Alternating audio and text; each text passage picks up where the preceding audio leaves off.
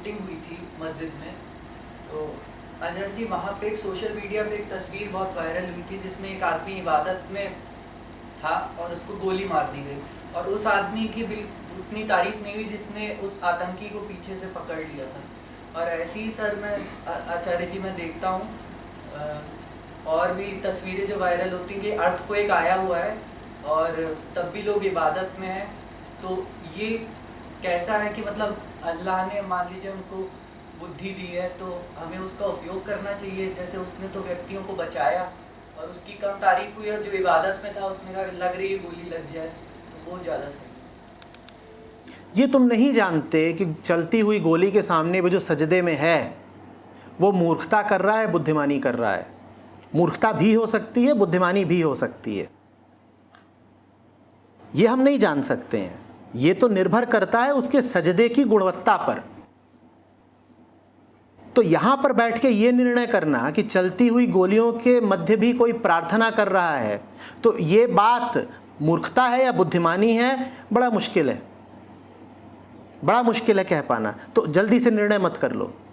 और जहां तक उस आदमी की बात है जो किसी आतंकी को या हत्यारे को रोकने की कोशिश कर रहा है, वो रोकने की कोशिश इसलिए थोड़े ही कर रहा है कि उसको फिर तारीफ मिलेगी और मेडल मिलेंगे और उस ज़माना उसकी शान में 50 बातें कहेगा।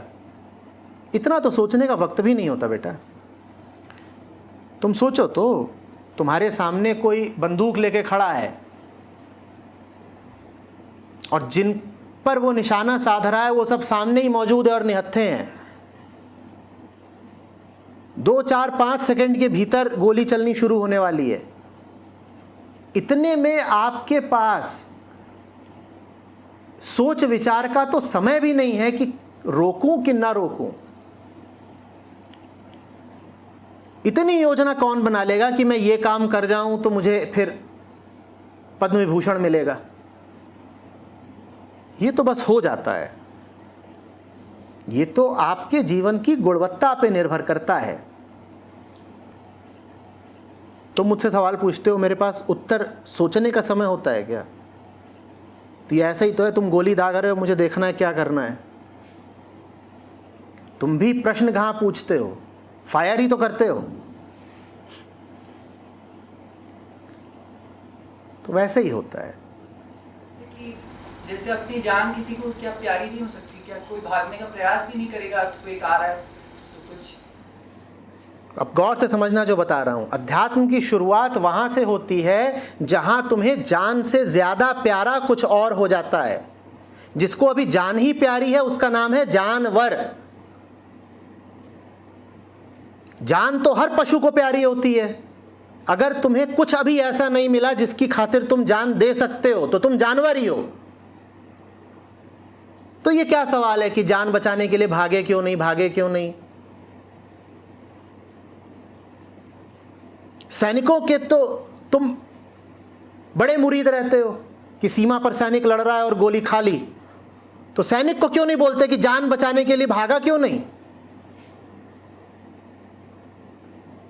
पर दिक्कत बस ये है कि राष्ट्र के लिए कोई गोली खाता हो तो तुम उसे बहादुरी कहते हो, और मुक्ति के लिए और परमात्मा के लिए अगर कोई गोली खाने को तैयार है तो तुम्हारी नजर में वो बेवकूफी है।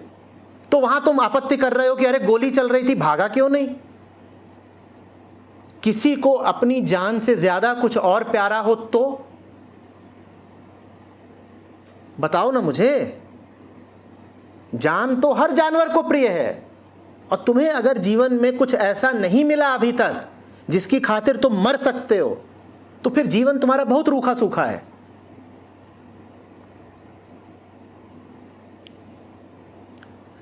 जीने का मजा ही तब है जब मरने की तैयारी पूरी हो।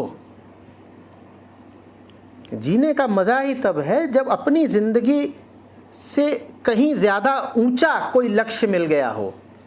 ऐसा लक्ष्य जिसके लिए तुम प्राणों का सहर्ष उत्सर्ग करने को तैयार हो जाओ। तुम कहो जान जाती हो तो जाए, वो मिलना चाहिए। वो इतना ऊंचा है कि उसके सामने प्राणों का क्या महत्व।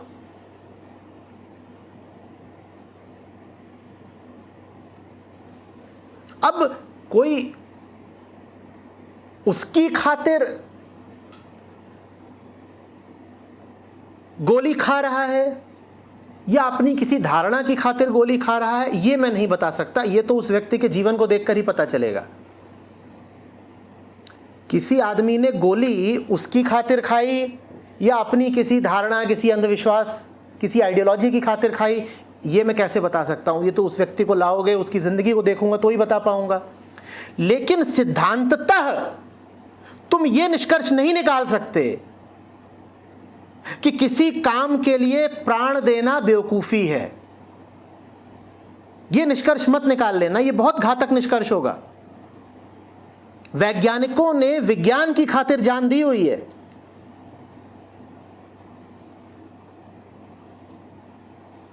रेडियो एक्टिविटी पर अनुसंधान कर रहे हैं, पता है कि घातक है, कैंसर से मरे। किसकी बात कर रहा हूं? और वहां तुम बोलो ये तो इनकी बेवकूफी है ना, जान क्यों नहीं बचाई इन्होंने, अपनी लैब में क्यों बैठी रही? भूलना नहीं कि आज मानवता जहां भी खड़ी है, उनके कंधे पर खड़ी है जिन्हें अपनी जान से ज्यादा कुछ और प्यारा था। अगर सबने यही कहा होता कि हमें तो अपनी जान ही बचानी है, तो तुम आज भी गुफाओं में ही जी रहे होते। ना तो तुम्हारे पास विज्ञान होता, न कलाएं होती, न दवाएं होती, न धर्म होता। जिन्होंने दवाएं दी, उन्होंने दवाएं दी अपने ऊपर प्रयोग कर करके। उन्होंने कहा कोई और नहीं मिल रहा तो हम अपने ऊपर प्रयोग करेंगे।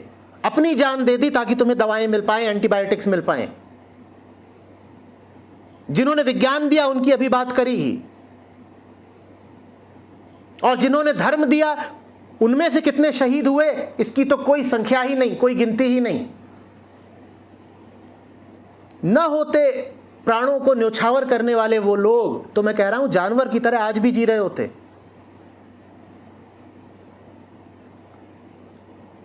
तो ये तो छोड़ ही दो कि तुम उन पर तोहमत लगा रहे हो जो जान देने को तैयार हैं। तुम अपने आप से पूछो कि तुम्हारे पास जीवन में ऐसा कोई लक्ष्य क्यों नहीं है जिसकी खातिर तुम मर मिटने को तैयार हो जाओ।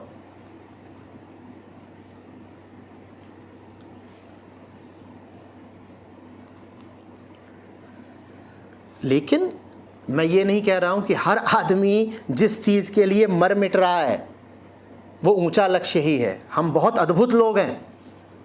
हम इस बात पर भी जान दे सकते हैं कि आज महबूबा ने चुम्मी नहीं दी, इसका मतलब ये नहीं है कि तुम्हें कोई ऊंचा लक्ष्य मिल गया है जिसकी खातिर तुमने प्राणों का उत्सर्ग करा है। हम तो किसी भी चीज के लिए मर लेते हैं। दोस्त दोस्त में लड़ाई हो गई, वो जाके पटरी पर लेट गया, तो वो शहादत नहीं कहला जाएगी।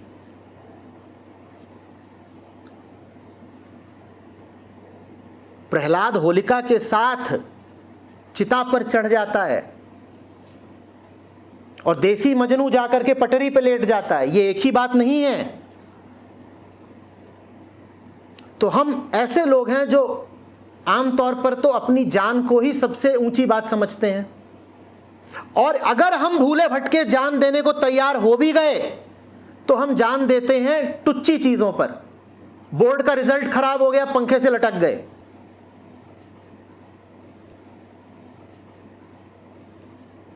पता चला कि बॉयफ्रेंड किसी और के साथ घूम रहा है तो नस काट ली। किसी ने चौराहे पर गाली दे दी तो उसको मारने चले तो उसने ईंट सर पे मार दी, सर फूट गया, मर गए।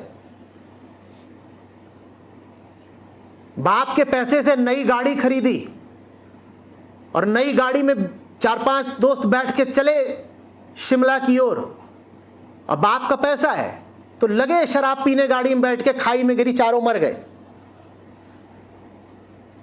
जान देने के तो हमको बड़े अद्भुत अद्भुत तरीके आते हैं ना। इतना खाया कि दिल बोल गया, हार्ट अटैक आया, मर गए। 10 साल तक गंदा खाना खाते ही रहे। अब दिल कब तक झेलता, मर गया। शराब इतनी पी कि लिवर बोल गया, मर गए। मरने के तो हम बहुत तरीके जानते हैं। शरीर से ज्यादा कीमत तो हम न जाने कितनी चीजों को दे देते हैं। तो इसीलिए मैं बात साफ करना चाहता हूं कि कहीं तुम मेरी बात का उल्टा अर्थ ना निकाल लो। कह दो कि आचार्य जी ने कहा था कि शरीर से ज़्यादा कीमती कुछ तो होना चाहिए। मेरे लिए शरीर से ज़्यादा कीमती है ये बोतल। तो डॉक्टर भले ही बता रहा हो कि पिएगा तो मरेगा, पर क्या मरेगा? जिस्म ही तो मरेगा, आत्मा अमर है। बोतल खोल रहे।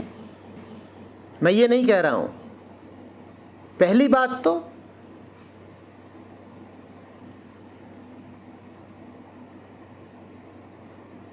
प्राणों से ज्यादा प्यारा कुछ होना चाहिए। दूसरी बात, प्राणों से ज्यादा प्यारा जो हो वो एक ही हो सकता है। कौन?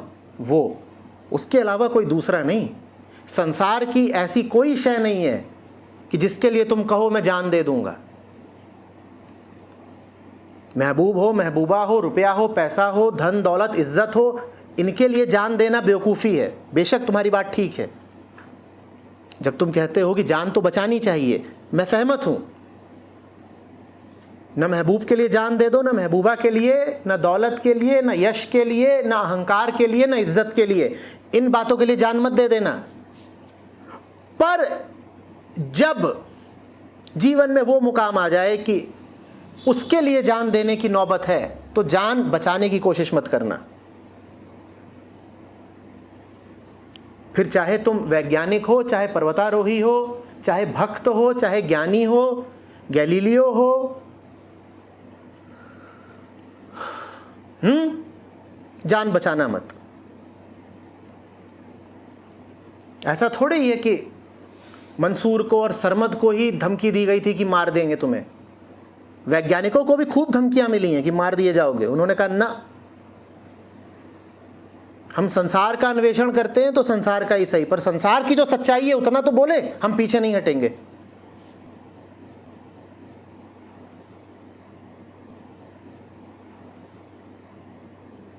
जहां सच्चाई की बात हो वहां कदम पीछे मत खींचना।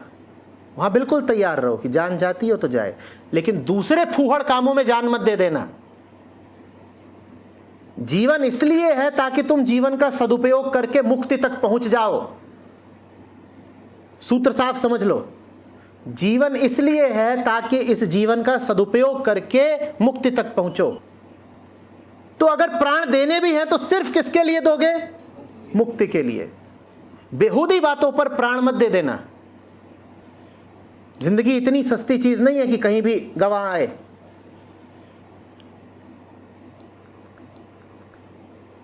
जीवन बचा के रखो, बचा के रखो, बचा के रखो, ताकि जब वो एक पल आए तो इस बचाए हुए, संजोए हुए, सहेजे हुए जीवन की पुष्पांजलि दे सको।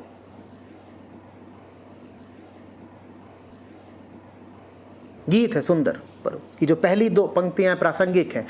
जिंदा रहने के मौसम बहुत है मगर जान देने की रुत रोज आती नहीं। रोज रोज मत खड़े हो जाया करो कि जान दे ही देंगे। तुम तो रोज खड़े हो जाते हो, एफबी लाइव करते हो कि देखो दुनिया वालों, आज हम जान फिर दे रहे हैं। लोग कहते हैं हटाओ यार, ये कल का ही रिपीट टेलीकास्ट है, ये आज फिर मरने को तैयार हो गया। जान देना जरूरी भी है और जान बचानी भी जरूरी है। जान बचाए चलो, बचाए चलो, बचाए चलो, बचाए चलो, उस दिन तक जिस दिन तक वो मौका ना आ जाए कि अब जान अर्पित की जा सकती है। सस्ती जगह मत निछावर कर देना जान को।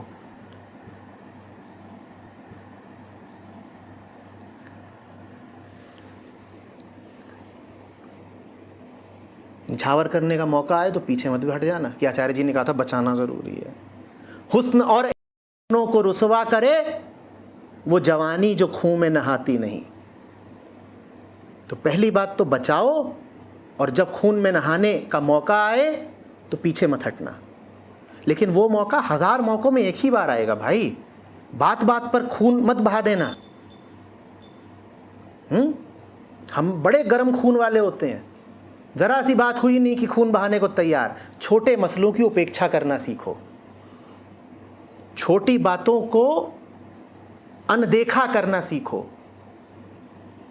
उपेक्षा बहुत बड़ा गुण है। व्यर्थ की बात को अनदेखा करो, अनसुना करो, उसकी अवहेलना करो, आगे बढ़ जाओ, आगे बढ़ जाओ। समय कीमती है, जीवन कीमती है, छोटी बातों में उसको नष्ट नहीं करना है। छोटे मोटे लड़ाई झगड़ों में मत पड़ो। चाहे वो बाहर किसी से लड़ाई झगड़ा हो, चाहे आंतरिक द्वंद्व हो, उन सब से आगे बढ़ो, उपेक्षा करके, इग्नोर करके। आपने बताया कि जीवन इतना कीमती है, इसे बचा के रखें ताकि अर्पित किया जा सके, और मौका ऐसा हजारों बार में एक आध बार ही आएगा। तो मौका किस स्वरूप में, किस रूप में हो सकता है, इस तरह से आ सकता है? 2-3 तो हमने उदाहरण लिए ही थे। अब कोई वैज्ञानिक है, प्रयोगशाला में काम कर रहा है, रेडियो एक्टिविटी पे काम कर रहा है, उसको पता है कि रेडियो एक्टिविटी का स्वयं भी शिकार हो रहा है, पर उसे पता है कि उस काम की इतनी कीमत है कि उसके लिए अगर प्राण जाते भी हों तो जाने दें। कोई कोलंबस है, वो कह रहा है कि मुझे जा कर के नए देशों की, दूर देशों की खोज करनी है, भारत खोजना है। अब वो निकल पड़ा है उल्टी दिशा में, पता नहीं है उसको। उसके साथ के लोग अब उसे ये धमकी भी दे रहे हैं कि या तो जहाज़ वापस लौटा लो, नहीं तुम्हें मार ही डालेंगे, पानी में डाल देंगे मार के। वो कह रहा है नहीं रुको। सारे विरोध झेलता हुआ भी, प्राणों की बाजी लगाकर भी वो कह रहा है कि ये अभियान जारी रखना चाहिए, खोज होनी चाहिए। भारत नहीं खोज पाता, अमेरिका मिल जाता है। कोई सैनिक है, उसका उदाहरण तो साफ ही है। अभी फिल्म आई थी केसरी, देखी होगी, कि जहाँ कुछ ऐसा होता है जिसके लिए बड़ी आसानी से प्राणों की आहुति दी जा सकती है। और भी बहुत तरीके होते हैं। विवेकानंद हट्टे कट्टे और बलवान जवान आदमी थे, लेकिन भारत की दुर्दशा देख रहे हैं, गरीबी देख रहे हैं, बाहरी और आंतरिक दोनों तरह की अशिक्षा देख रहे हैं, तो लग गए मिशन में। और ऐसा लगे मिशन में कि अपने शरीर का ख्याल ही छोड़ दिया। 38 की उम्र में ही तमाम तरह की बीमारियों ने शरीर को पकड़ लिया, और उनको पता था कि ये सब हो रहा है। अचानक से एक दिन तो बीमारी आ नहीं जाती, बीमारी भी धीरे धीरे आती है। उनको पता था ये सब हो रहा है। एक लंबा चौड़ा बलवान आदमी 38 की उम्र में मृत्यु का वरण कर लेता है। क्यों? क्योंकि उसे अपना मिशन पे आ रहा है। तो इस तरह के बहुत मौके आते हैं जब आप कहते हो शरीर की देखभाल से ज़्यादा ज़रूरी कुछ और है। लेकिन साथ ही साथ मैं ये भी कह रहा हूँ कि आवश्यक नहीं है कि ज़िंदगी में कभी न कभी ऐसा कुछ हो ही जाए कि उसकी खातिर मरना ही पड़े। मैं कह रहा हूँ मरने की तैयारी पूरी होनी चाहिए। जीवन में निश्चित रूप से कुछ ऐसा होना चाहिए जो आपकी व्यक्तिगत